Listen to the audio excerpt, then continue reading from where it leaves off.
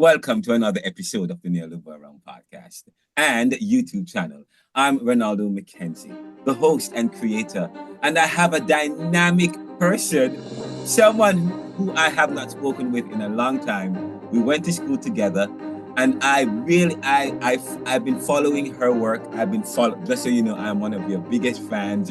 I follow you on Facebook. I follow you on LinkedIn. I know everything what's going on in your life. And I've seen the growth, and I really wanted her to come on the show to talk about her story. This is another episode, another series of What's Your Story. Welcome to What's Your Story. Thank you so much, Renaldo. It has been ages, and it's my pleasure to be here. Basically we normally ask, "What's your story?" But let me first say this about Cameka. Cameka is best-selling author of 27 books, indie publisher, creator of and I learned about this a couple of days ago, the Authorpreneur Secret Academy, and I'm quite sure you're going to be talking about that. And one more thing I learned about her that I have to share. According to her page, Ruth Mission, 10,000 Caribbean entrepreneurs by 2030. According to Cameka, more than a product, more than sales. A book is not just a product to sell, but a platform for transformation. She says, join me in my mission to raise up to 10,000 Caribbean entrepreneurs by 2030, who will use books as a platform for poverty alleviation, life transformation, and vehicles for their vision. Let's write and publish more books to preserve our culture, showcase our abundance, build generational wealth, and leave legacies. Welcome to the show. Thank you. That captures the author entrepreneurship mission for real. I haven't seen, a lot of people follow the show from JTS all over the world, Ghana. They want to know when did you went to Jamaica Theological Seminary? And yes. What's your story? Because here, and your fans are going to see this. They want to know what's your story. You have published 27 books. You've started this academy. Why you started it? But first, what's your story? What's your journey? Go ahead. That's a tricky question because it depends on what angle you want the story and which aspect of your story you want to be. This is a liberal show, and you want to emphasize. Yes. Is it the author story? Is it the educator story? Which aspect? Yes, I know you're an educator as well. My life turned with a book. Yeah. I've always been passionate about books. So let's start there, because as a teenager, I was introverted and I found it difficult to make friends. So from high school, I used to be reading a lot of novels, Mills and Boone, Silote, and all of that stuff. And I had a friend, Jaime Mendoza, who used to lend me these books, and I would read these books, 2-3 of them per week. Yes. And then early teens too, Nancy Drew, Hardy Boy. So books were like my best friend because I was on the more reserved side. So I was thinking this morning, marveling that I was at an event on the weekend, an apologetics event, and I moderated the session, and persons were like, "Oh, but you look like a natural and you did very well." Yeah. And I said, I didn't feel nervous. Yeah. And I'm looking back at the shy 17-year-old who would not get in front of anybody and talk, or the teenager that was reserved. That's what was written on my report card, to the person who can stand in front of an audience and not feel nervous. Okay. And so my story is one of transformation.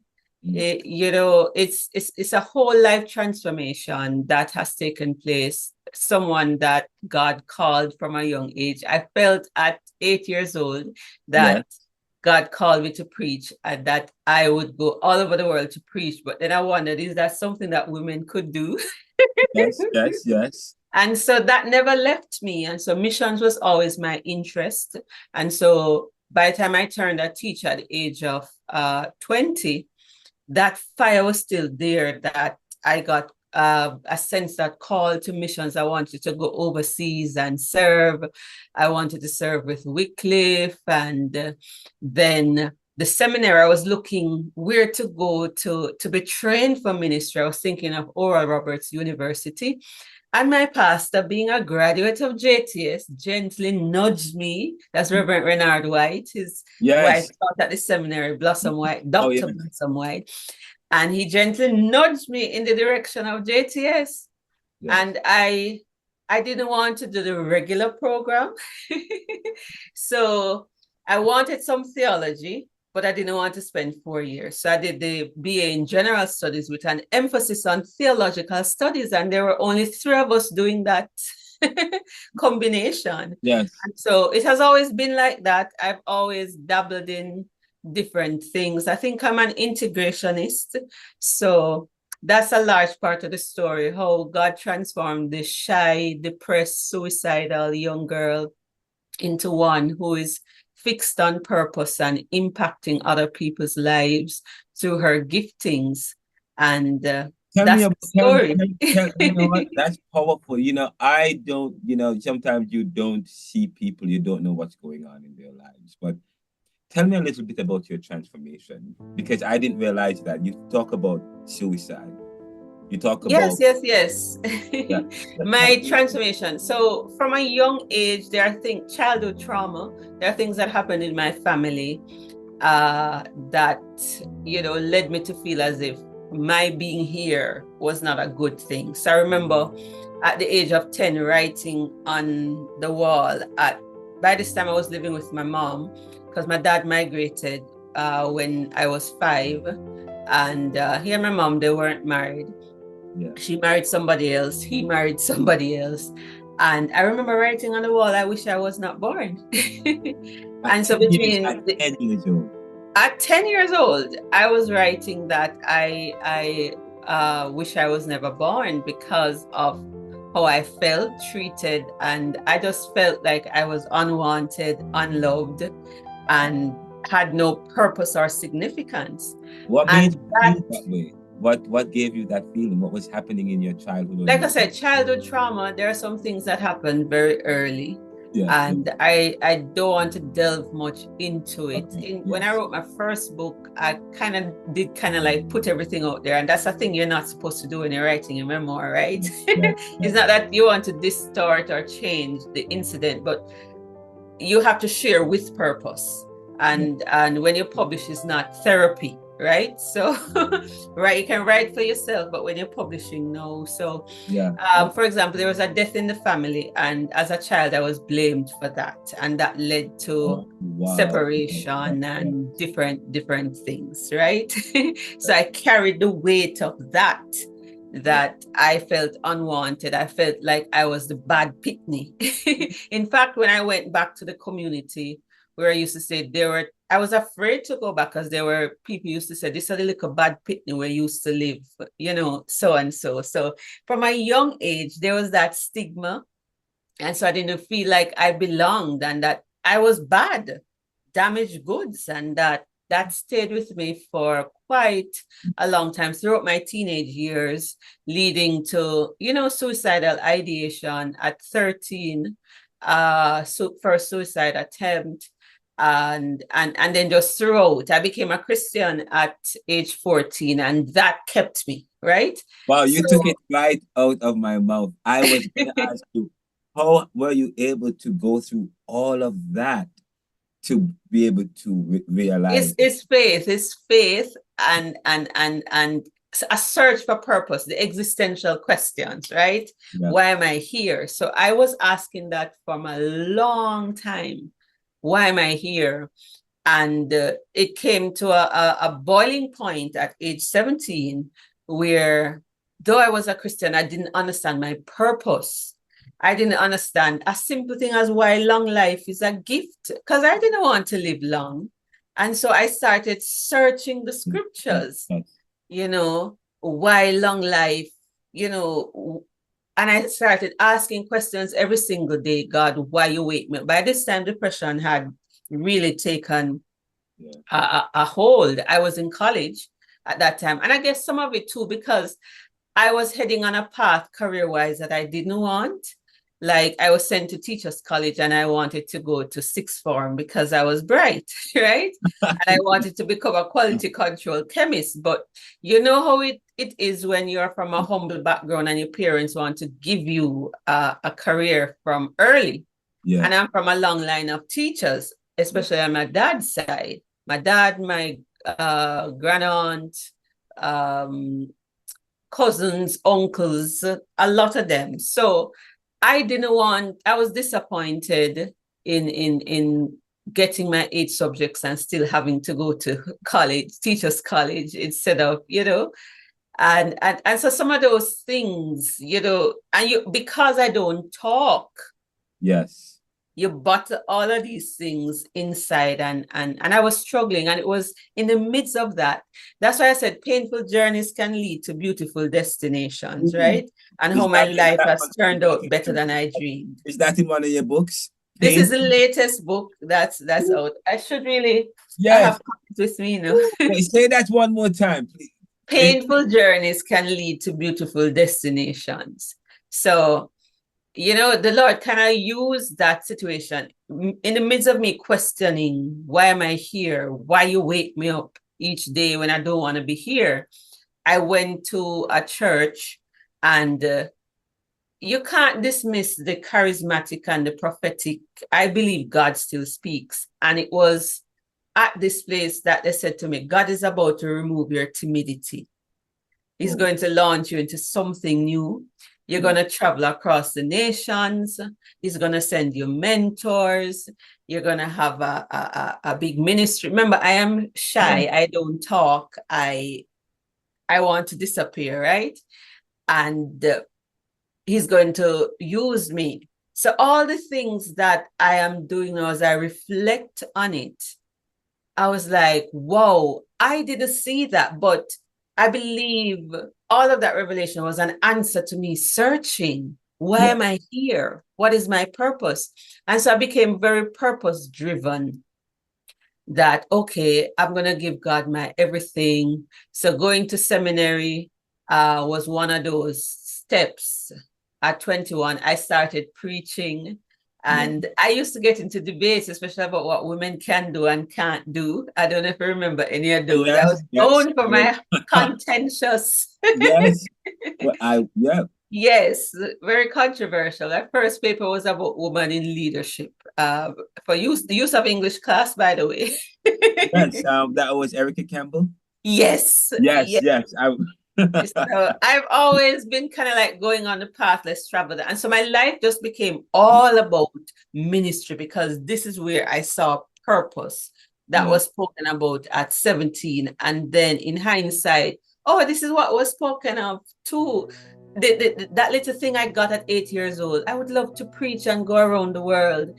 And so that desire, shortly after graduating from JTS, or before graduating, I went on my first cross-cultural missions trip and to Cuba, and I started going every year and got involved in different missions. That's how I was able to go to different countries, meet different people, and the Lord just kept sending people to talk to me about that direction. And then heartbreak, fast forward. I was engaged to be married. That didn't work out. Oh, wow. Yes. What and then it happened twice. And I kind of hit rock bottom again. I don't know. I kind of hit rock bottom. And that was in 2013. And I was wondering, not suicidal, but I remember saying, God, I don't want to be here anymore. Why you did this? Why you doing this to me? I hate you. You're throwing that kind of tantrum. Yes. And in the midst of this painful thing again, God revealed purpose and destiny, that he's not through with me yet, right? So I remember this is a quote that turned things around. Endurance is not just the ability to bear a hard thing, but to turn it into glory. And you and I have a common mentor. When I was going through that dark night of my soul, I reached out to Pops, Reverend Courtney Richards. Yes. And I was telling him, what was happening. And he really prayed over me and he said, listen, you are loved, prized, and valued. Because when those things happen, it robs you of your sense of self-worth, right? And he reminded me that I'm loved, prized, and valued. And he really Were you prayed writing over at me. that time? No, I hadn't started writing. So this is where the breakthrough is going to come now. So I had my mentors like Rev talking to, and then one of them said to me, I'll call his name Reverend Allen, the missions teacher, not Reverend, Dr. Allen. He said to me, writing is therapeutic. And maybe you should write. And by writing, you could also look at the women in scripture and what they went through and bring a contemporary understanding. And something just clicked. I mean, I was told I could write by Dr. Black in 2004, but I didn't believe it, you know? And all of a sudden it clicked. And within 11 days, I wrote my first manuscript. It was my story, Heartache Queen Unshackled.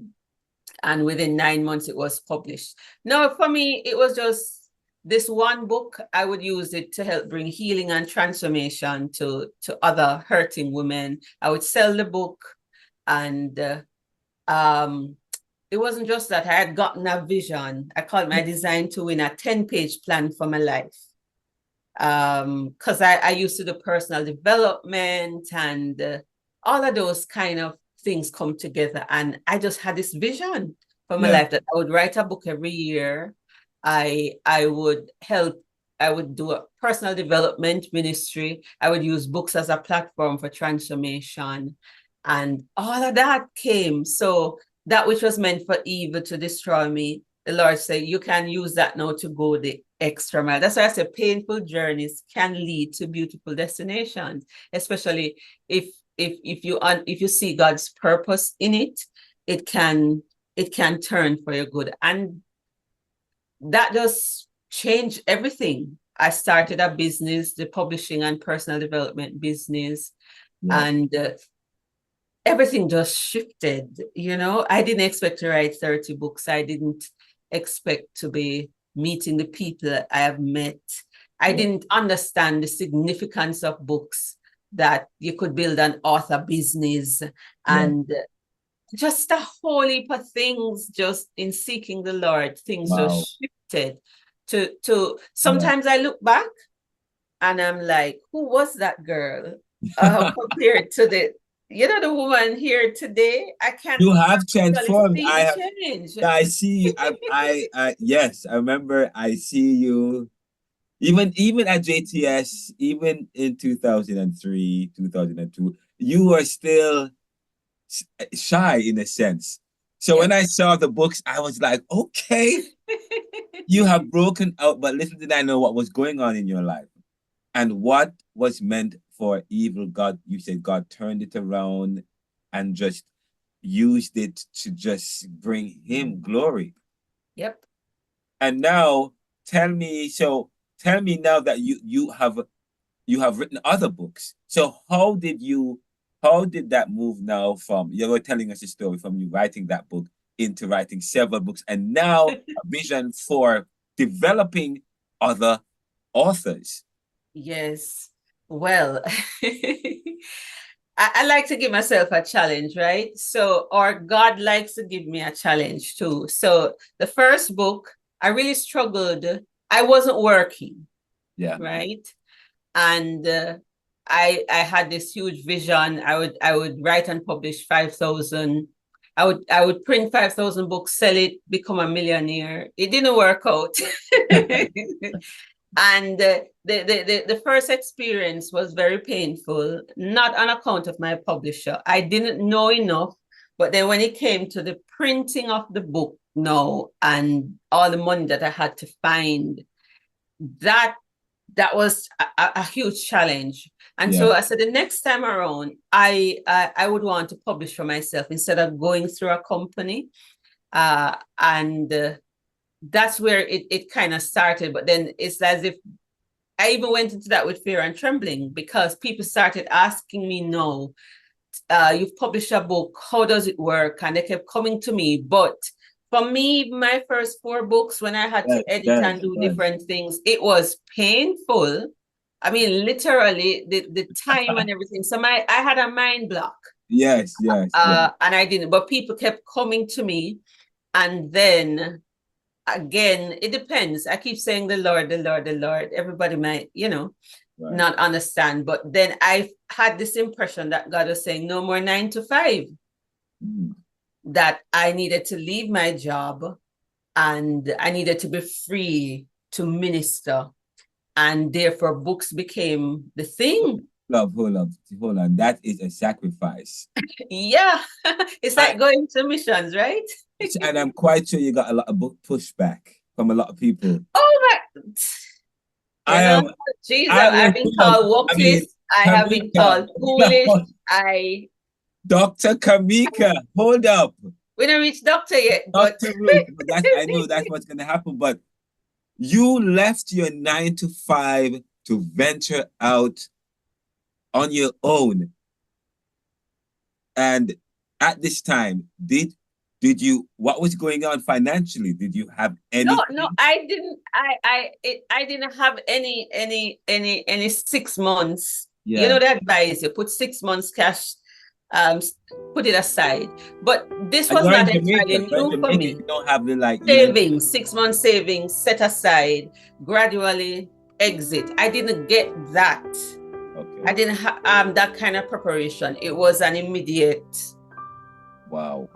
stop, right? Yeah. And so I knew from the first time, 2015, just trying to sell books, that wasn't enough. Yeah. And so what I did, I sought coaching. Yes. And it was from an upcoming author and authorpreneur at that time, Crystal Day. We were just starting out, but she understood more of the business side. And that coaching helped me. And so when I was told to jump, it's not just to leave the 9 to 5, it was also to start the doctorate. Wow. Okay. So that don't make any sense. Yes. How can I not be working? I don't have any money in the bank. I don't have cash stacked up, and you must think I'm delusional, right? You're not hearing from God. Wow, I'm quite So it never made sense. Yeah. It never made sense. And so I said, Lord, this don't make sense, but I'm gonna step out. I had 4 books by this time. So this was 2018, July 4, I sent in my resignation. America's independence was my independence. And I was at Heart at this time, teaching at the Jamaican German Automotive School. Sent that in, and I was trying to pencil out how many speaking engagements I have to do to make this work, how many books to sell to make it work, and even funding my doctoral program. I thought I was saying if I could get X number of persons to buy X number of books, it would work. Yeah. But it didn't work like that. It wasn't just through the book sales. And the first 4 years, Renaldo, were challenging. Yes. There's a price you're paying. And then because of pride, you don't want to ask for help. So there were hungry days. Oh my, I said poor people don't like to ask for money, but Donald Trump needed some money the other day and he created a GoFundMe page. I do that all the time. The billionaire. Yes, they ask for money, but middle class and working class people. Pride. I struggled. Right. But having done the coaching and you keep looking for ways, one of the things Priscilla said to me, she said, coaching is lucrative, but I didn't have the confidence. Many times it's not the ability, it's not the lack of ability, You have to believe in yourself. Oh, why? Tell me, because I know where you're coming from. Because with my kind of background, humble beginnings, daddy not there, wasn't there with mommy for a long time. So there was no if you're looking for a classic psychological case of what happens when there's no early attachment, that kind of thing, and separation from parents early. I didn't start living with my mom again until I was 10 years old. So there's no early bonding. And then you enter into a step-parent situation. Yeah. It's a classic case, you know, so not valuing and believing in myself.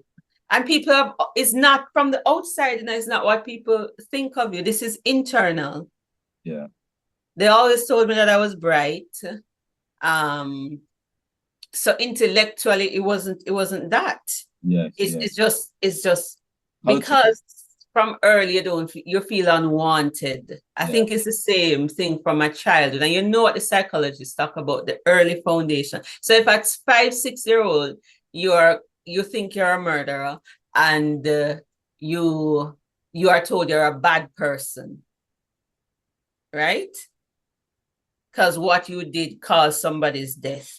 Then the foundation is shaky, you know, and you don't have the people around you affirming you and that kind of. If it wasn't the grace of God, I'd be gone a long time, because you're a child processing these things. And so it took a while to build up the confidence. You know, confidence comes with competence. Confidence also comes from that kind of setting where you are affirmed, and it's also it's something that you have to. It's about worth. I don't know how to describe it, but the understanding of self-worth, Jim Rohn says, the beginning of progress. I had to go back to scripture. You know, I am made in the image and likeness of God. Yes. God don't prize junk. So it's a whole mental transformation. Yes. And you really have to, a lot of things, I think I don't remember what Penny's last name is, but it's some Penny person said almost everything in adulthood can be traced back to childhood. Yeah. All the problems and whatnot can be traced back to childhood. So because my childhood foundation was shaky, right, and lacked that nurturing from my understanding, that affirmation of who you are, your place in the world, it laid that kind of foundation for you not to see your worth. And I believe that's the plan of the enemy, because if he can blind you to your worth and the possibilities, then you cannot effect change. Yes. Wow. You know, I wrote what you said, confidence versus ability. You said it's not about it's not about ability. You have the ability. Actually, I've never really heard anyone talk about it like this before. This is the first time. Talent is not enough. Yeah. It's just like what Marcus Garvey said, right? Without confidence, you're going to be twice defeated in the race of life. So, and I know people talk about Godfidence, but it is still confidence. God gives you, you know where your ability lies, so you can trust him to believe that you can. Yeah. So it may seem controversial, but it's really up. If you believe you can do the thing, you can. And if you don't believe it, then you can't. But that's what the scripture says. If you believe, you will see certain things. If you believe, right? So you have to believe that God has given you the ability to do what he has called you to. And that's what faith is about, believing even without seeing. But it has to be personal. And so for a long time, I didn't believe in my abilities. And that affects everything. That affects how you do business. I know it seems like we've gone off on a tangent, but even within the publishing, I didn't understand the value of being an author or what a book is. And most authors don't even understand. Intellectual property is like the new gold, right? Yeah. It is very valuable. It is something that you can spin into different ways and means. So I talk about multiple streams of income. And so for me, God said, start your degree, leave the job. I have to figure out how am I going to make a living. And selling books alone wasn't enough. So the whole idea of building a business around books, offering coaching, here's a key. I'm not afraid to share it. Many people don't like to read, but they or they don't want to buy that book that is priced cheaply. The book may cost $20, $10, but they'll pay you thousands of dollars to hear what is actually in the book for you to teach it. Yeah. Yes. And so, whereas a book may cost $20, you create a coaching program that costs $500, teaching the very same thing that is in the book. And that's one of the secrets. So if you write it, you can teach it. It's easier to become a millionaire teaching the content from the book. But the book gives you authority, gives you authority. Yes, yes. And so because I was indebted, I stepped out in faith. I was over $1 million Jamaican dollars in debt from the first publication and racked up other debts with the other publication. I had to learn to publish cost effectively, and I wanted to help others to do it cost effectively. That's why we have this book, Authorpreneur Secrets: Write Fast, Publish Cost Effectively, and Generate Lasting Income. And so when you have the bills to pay and no other source, you have to find a way to reproduce what your job was doing. Because a job is, the income is sure. There's that recurring revenue. So how do you create recurring revenue with your book so that it's similar to the job you had? So that is the task. And I learned that just selling the book, especially independently, you don't have a big publishing house backing you. You don't have a name. How? So thank God my mom sent me to Teachers College, although I didn't want to go. I had to apply those teaching skills, yes. To create curriculum and sub, around it. So like I have my publishing certificate, the very same skills that I have. All my books are a piece of me. It talks about my development, the lessons that I learn along the journey. So I learned how to write books. I write books to teach people how to write books. I learned how to publish cost effectively. I write the books to teach people how to publish cost effectively. Yes. And I practice maybe I call it the Ezra principle: study, practice, teach. Wow. So I study what others have done, what works. I study my own self. And yes, I practice on myself. I experiment. So why so many books? I heard of a movement called 20 books to 50K. Michael Anderle said that if he had 20 fiction books selling $7 per book, then he could earn $50,000 a year and retire in Cabo. And I was turning 40. I'm not happy with my life. Yeah. And I'm like, how can I make the next decade greater than the decade before? Yes. And it just sparked a challenge. I'm going to have 20 books for 2020. And so I wrote 20 books in a year. Wow. And you are a deep person. You and ladies and gentlemen, we're talking to author Cameka, and she has written several books, 27 books. Cameka Ruth Taylor. She's an academic. She's an authorpreneur. She is very invested in developing other authors and herself becoming a multimillionaire. That's the goal for myself, actually, over the next 5 to 10 years. Multimillionaire, not just a millionaire. And you are doing it. I am very impressed with the work you're doing.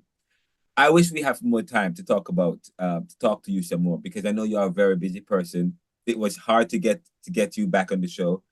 And I want to follow up with you because I want to talk to you some more about this new project as well. But before you go, tell us a little bit about what you're doing now and the project. And I know you also are teaching as well. Tell us a little bit about that. So quickly, I'm celebrating 10 years as a published author. And I talked about it today. Yes, so the first book was published in January 2015. This is 2025. And the business was registered in January 2025. And so it's 10 years in business, 10 years as a published author. So over the weekend, I'm having my anniversary church service and the launch of my 30th book, Better Than I Dreamed: How Painful Journeys Lead to Beautiful Destinations. I'm also going to be starting a Better Than I Dream book club with that book.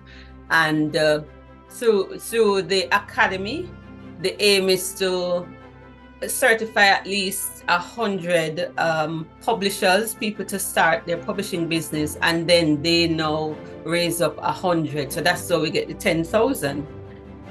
So 100 publishers within 5 years publish books for 100, and then teach them now how to earn from the book beyond just selling it, because they're over like at least 30 different income streams. Yeah. And then I have the publishing company Bamboo Sparks that provides the premium publishing services, package deals for clients. So that's what is happening. The celebration, because I could not let 10 years come by and not do anything. So I'm in a very reflective mood and celebrating that through books, God has given me strategies that I'm able to do what many authors don't do, which is they don't make a living from their books. Most authors don't do that. That is true. And I want to pass on the lessons that I've learned. And that's where the academy comes in. So it's publishing, education and training and business development around books. Now, wow, what you're doing is really interesting. And by the way, we don't have a lot of publishing or publishers in the Caribbean, in Jamaica. Say, for example, even in the US, universities have publishing houses. I think only University of the West Indies have a publishing house. Yes, and I think UTech started one as well. So there are universities you could work with, such as that you could work with to help. This is really revolutionary. And I'm quite sure you're doing something new, something different. What has been the support from in terms of federally to promote initiative? Because what you're doing is really interesting and innovative. You are developing in terms of literacy, readership, developing authors on entrepreneurship.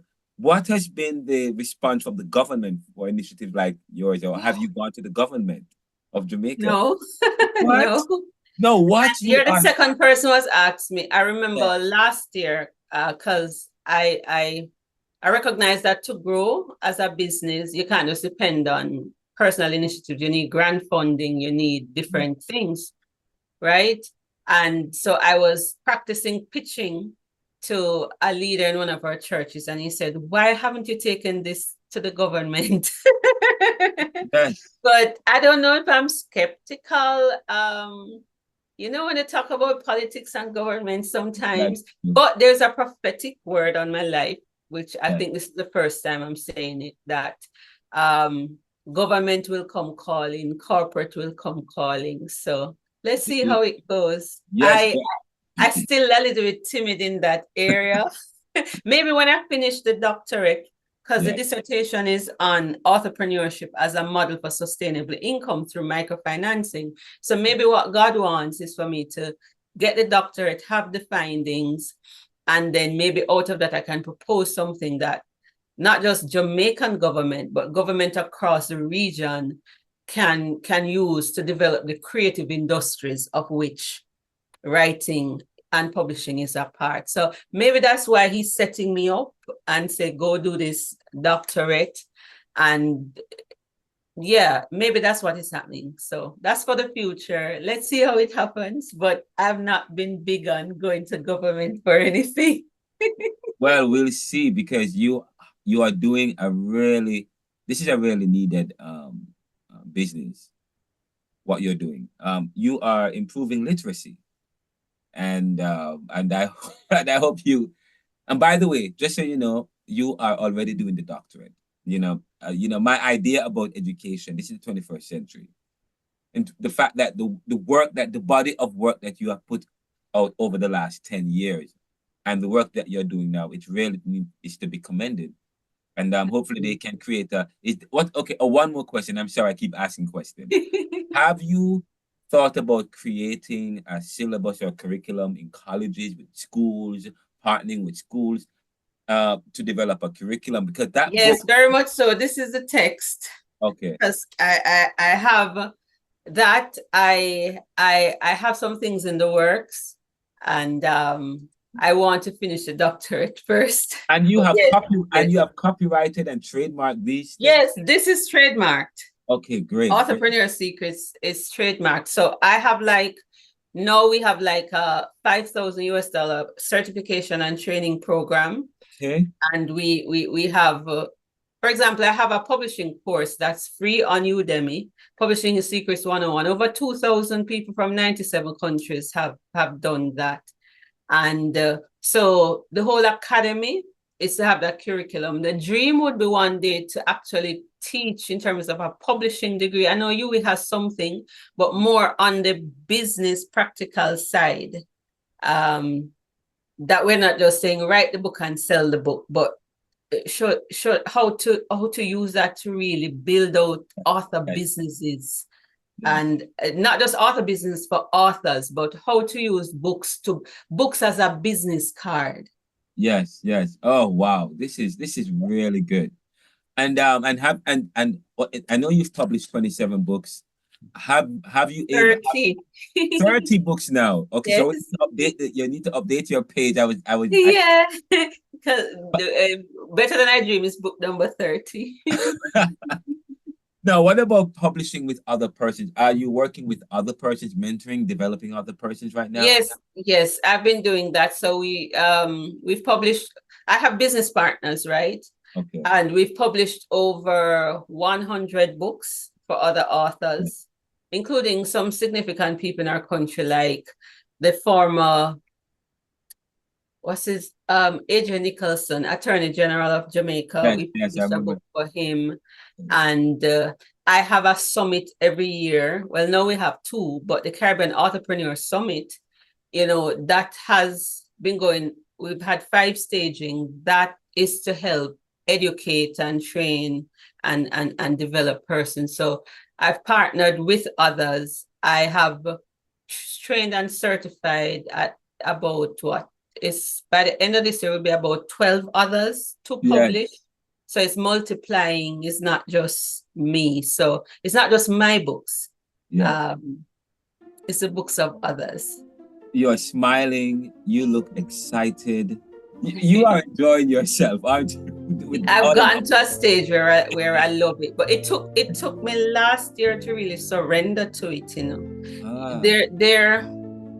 You can know that God has called you to something, and you're doing it because God called you to do it. Yeah, man. But you haven't surrendered to it to enjoy it. Yeah. And it was last year, June, that I came to a place of stop not resisting and following it, this path wholeheartedly and embracing it. So perhaps that's what you're seeing. But I was being pulled along. We just do this, God, because you said to do it. I really want to do this, And it's 9 years of tug of war with me and God. I finally surrendered last year.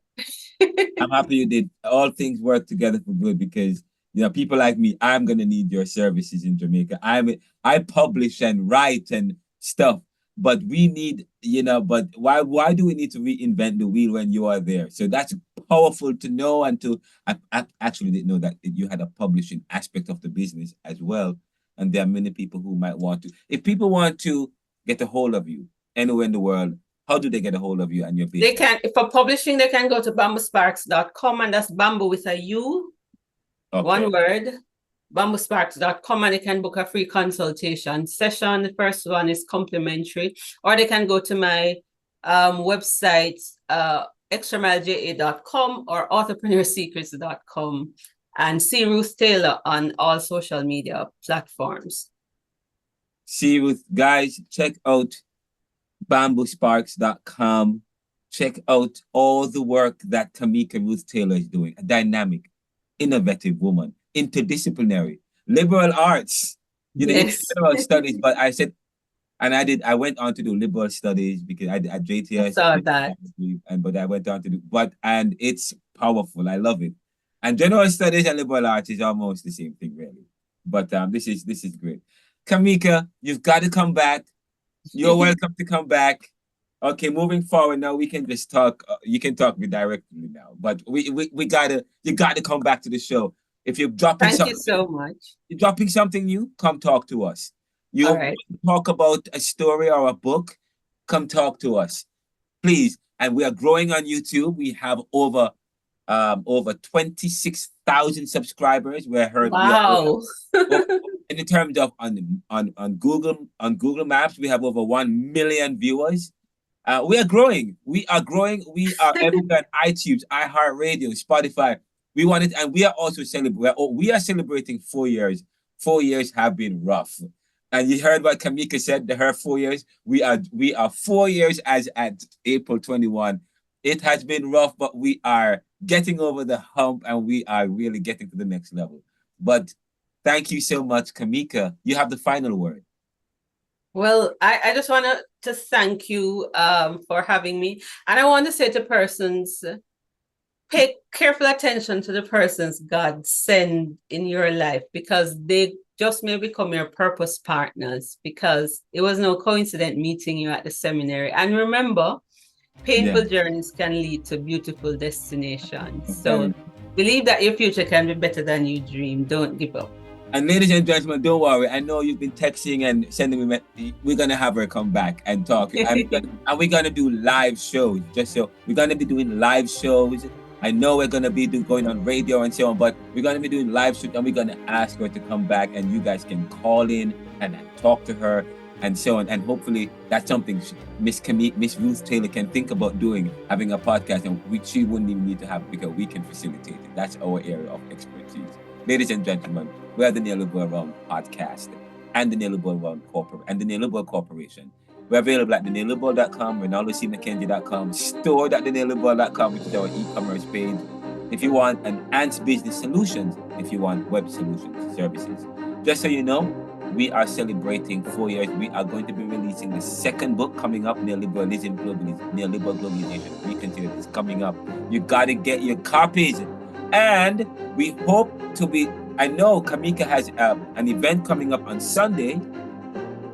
Sunday you have an event, Cameka. Yes, the 10th anniversary church service and book launch. Is it going to be live? Better Than I Dream. Any link? Is it going to be live? Is it going to be carried on YouTube? No, it's not going to be live. I just wanted to, well, the service might be live. Grace Missionary Church, they broadcast their service. But like the after church service part with the get together, the launch is that's not going to be streamed. But if persons want to join the Better Than I Dream book club, they can go to extramileja8.com/BTID club, and all you have to do is to purchase a copy of it, and then we're going to have cohort 1. 6-week study through the book of Ruth with this book, Better Than I Dream, how painful journeys can lead to beautiful destinations. Ladies and gentlemen, this interview has been amazing. You're giving me chills. I am loving it. This is powerful. Guys, we will have her back. Thank you for making it the Neoliberal Corporation and the Neoliberal. We're always serving the world today to solve tomorrow's challenges by making popular what we're walking. And we are gonna